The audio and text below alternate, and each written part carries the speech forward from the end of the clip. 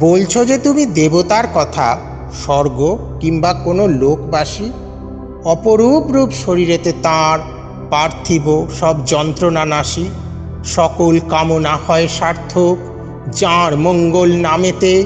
রোগ ব্যাধি জ্বালা ক্ষণিকে জুড়ায়, চলে গেলে তাঁর ধামেতে।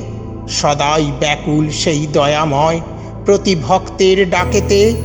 মৃত শরীরেও দেন তিনি প্রাণ তাঁর বিভূতিটা মাখাতে। বিশ্বাস করি কিনা বলেছিলে তুমি তাই। সত্যি বলছি, সেই দেবতার স্পর্শ পাইনি ভাই। বিশ্বাসী সেই চোখ দুটো আজ হারিয়ে ফেলেছি আমি। উপলব্ধিটা এখনো হয়নি সেই কল্যাণকামীর। হয়তো বলবে অবিশ্বাসী, সেটাই হয়তো সত্যি। দয়াময় ওই মূর্তিধারীতে এতটুকু নেই ভক্তি। কোথায় দেবতা, কোথায় করুণা, কোথায় যে তাঁর মমতা? বিধাতার কোনো ভাঙতে বিধান আছে তাঁর কিছু ক্ষমতা? সত্যিকারের হৃদয়ে স্নেহ আছে তাঁর কৃপাকণা? ওই দেবতার অক্ষমতাটা ভালো করে আছে জানো। মনেতে সুদৃঢ় বিশ্বাস নিয়ে তোমরা হয়তো চলবে। আমাকে মূর্খ নাস্তিক ভাবো, যত পারো কথা বলবে। কোথায় দেবতা স্বর্গনিবাসী দয়ার সিন্ধু যিনি? জন্ম থেকেই বড় নিষ্ঠুর এই পৃথিবীকে চিনি।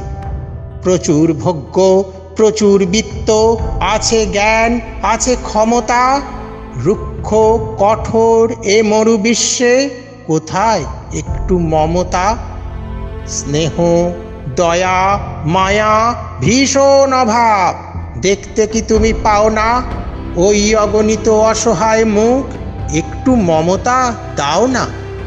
সত্যি বলছি ভাই, দেবতা বলবো সেই মূর্তিকে যার দয়ার তো সে কোমল বুকে।